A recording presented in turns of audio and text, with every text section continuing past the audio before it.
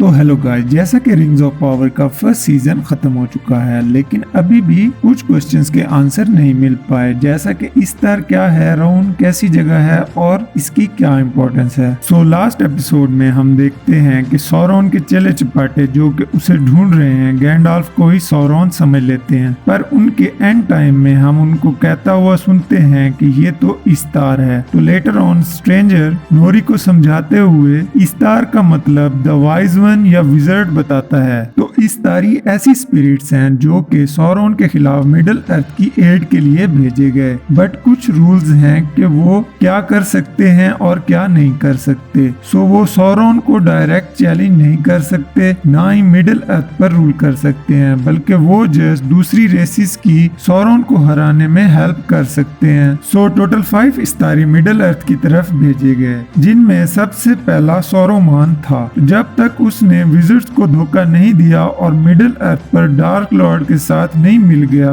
वो सब इस्तारी का लीडर और व्हाइट काउंसिल का हेड रहा। सो सेकंड पे आता है गैंडाल्फ द ग्रे, जिसे सारे लॉर्ड ऑफ द रिंग्स के फैंस अच्छे से जानते हैं। अकेला वही इस्तार था जो कि रिंग बेयरर और सौरन के बिट्रेयल के बाद इस्तारी का लीडर भी बनता है। उसके बाद आता है रेदागास्ट द ब्राउन, जो कि नेचर को प्रोटेक्ट करता है और ज्यादातर कॉन्फ्लिक्ट्स को भी अवॉइड करता है। लास्ट पे आते हैं एलातार एंड प्लांडो, जो कि ब्लू विजर्ड्स हैं और सौरोमान के साथ ईस्ट की तरफ लैंड ऑफ रून में ट्रेवल करते हैं ताकि सौरन के खिलाफ लोगों को इन्फ्लुएंस कर सकें। उनके फेट के बारे में ज्यादा कुछ तो नहीं मालूम, जबकि सौरोमान उनके बगैर ही वेस्ट में वापस आ जाता है। तो इन सब इस्तारी की अपीयरेंस तो ओल्ड मैन की तरह है, बट इस्तारी कहीं से भी कमजोर नहीं है। इनके पास ऐसे मैजिकल पावर हैं जो कि एल्फ से कई ज्यादा हैं। इनकी पावर्स में है इल्यूजन्स बनाना, लाइटनिंग को बुलाना, दूसरों को हील करना और इवन के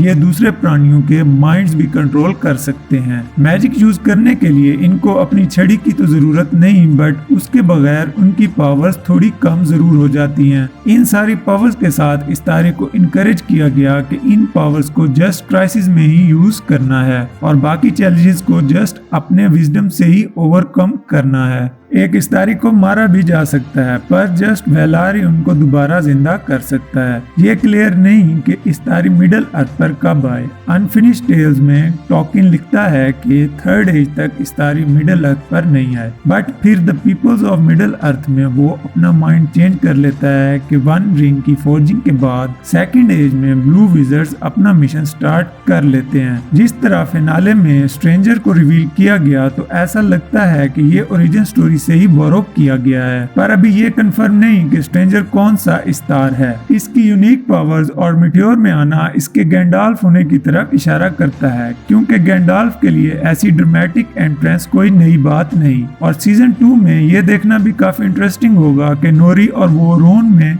उसकी आइडेंटिटी के बारे में क्या डिस्कवर करते हैं। और अब अगर बात करें कि रून कहाँ है और इसकी क्या इम्पोर्टेंस है, तो रून जो कि ईस्ट या ईस्ट लैंड्स के नाम से भी जाना जाता है, उसमें रोवानियन और इवन मोर्डोर भी शामिल है। ये कहा जाता है कि फर्स्ट और सेकंड एज में वेस्ट की तरफ मूव करने से पहले सारे एल्व्स, ड्वार्फ्स और मैन मिडिल अर्थ के पहले दिनों में वहां उठाए गए, जबकि कुछ एल्व्स, मैन और ड्वार्फ्स ईस्ट में ही रुक गए। थर्ड एज में बहुत से ड्वार्फ्स कबीलों के रून में किंगडम्स थे। ड्वार्फ्स और ऑर्क्स की जंग के दौरान ये सारे कबीले अपने किंगडम्स छोड़कर मिडिल अर्थ पर इन ड्वार्फ्स की हेल्प के लिए भी आए। जो सर्वाइव कर गया वो वापस रून चले गए। फिर जब थर्ड एज के एंड में सौरन पावर में आया, तो उन्हें अपना एंशिएंट होमलैंड छोड़ना पड़ा और जो ह्यूमंस वहां रहे स्टर्लिंग के नाम से जाने जाते रहे और पहले मॉर्गोथ के और फिर बाद में सौरन के फॉलोअर्स बन गए। और सेकंड एज के एंड में एल्व्स और मैन से हारने के बाद सौरन रून भाग गया, जो कि ज्यादातर मॉर्डोर का इलाका ही था, जहां से उसने थर्ड एज में अपनी वापसी का प्लॉट बनाया।